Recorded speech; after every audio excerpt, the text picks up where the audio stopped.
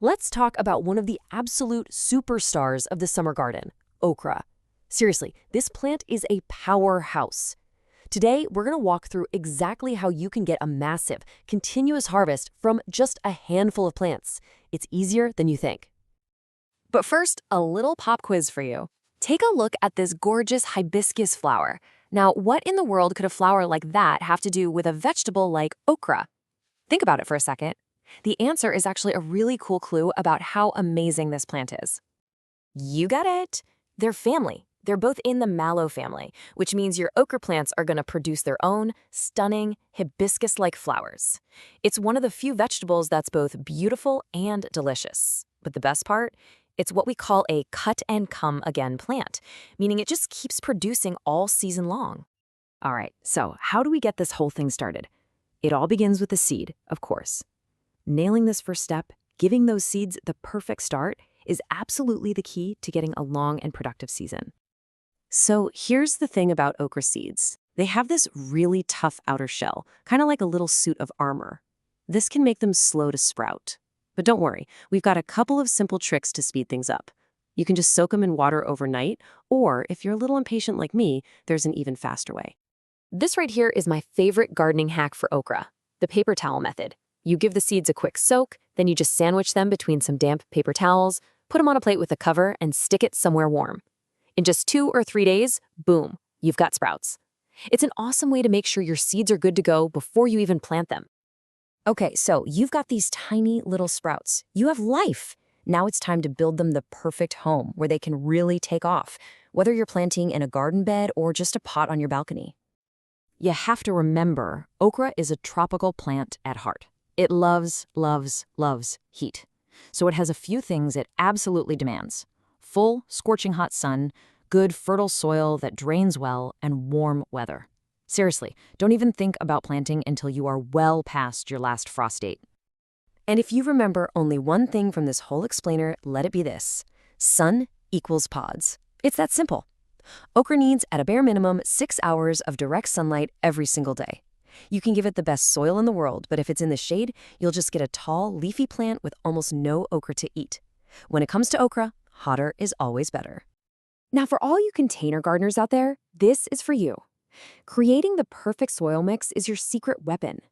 Think of this as the ultimate recipe. A good chunk of compost for nutrition, some garden soil or peat moss for body, a little perlite to keep it light and fluffy so the roots can breathe, and then a little nutrient boost from something like worm castings to really get things going. All right, let's talk numbers. You'll plant your seeds about an inch deep, but the most important number on this screen is spacing. You need to give each plant about a foot of its own personal space. And if you're doing rows, keep them 3 feet apart. I know it seems like a lot when they're tiny, but trust me, these plants get huge, like over 6 feet tall, and they need all that room to really thrive. Okay, your okra's in the ground, it's starting to grow. The hard part is officially over. Now we just have to talk about the super simple day-to-day care that's going to keep it happy all summer long. The daily upkeep is honestly a breeze. Just give them a good deep watering, especially when it's blazing hot. When your seedlings get a few inches tall, you got to make a tough choice and thin them out, leaving just the strongest one every foot or so. Keep the weeds away, and a nice thick layer of mulch will be your best friend. It holds in moisture and keeps weeds down. Then, about a month into the season, give them a little snack of compost to fuel all that growth. And here's a huge tip, especially for those of you using containers: go big or go home. Okra grows a really long central root, called a taproot. Giving that root more room to grow down means you'll get a bigger, stronger plant and way more okra. It's a direct relationship. And now we get to the best part, the harvest.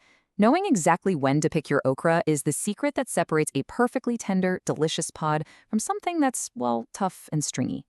This is where your hard work really pays off. You have got to pay attention here, because this timeline is everything. One day, you'll see that beautiful yellow flower pop open. That's your cue. In just 3 or 4 days, that flower will turn into a perfect, tender little pod. But if you wait even one more day, just one, it can get tough and woody. This means you have to be out in the garden checking your plants pretty much every single day in the middle of summer. And it's not just about getting the best tasting pods. As the experts point out, harvesting constantly actually tells the plant, hey, make more. The plant's whole goal is to produce seeds, right?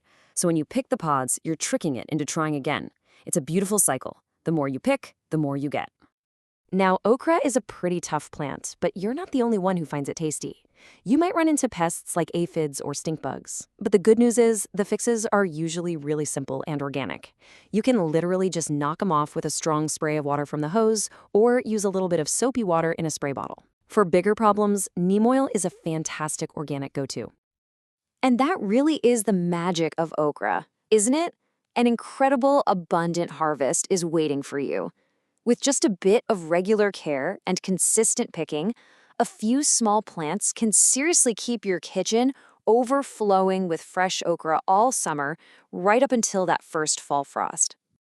So there you have it, the complete playbook for growing amazing okra. Now that you know how easy it is, the real question is, what are you going to make with that first batch? Are we talking classic southern fried okra, a big pot of gumbo, or maybe just sliced up fresh in a salad? The possibilities are endless. Happy gardening!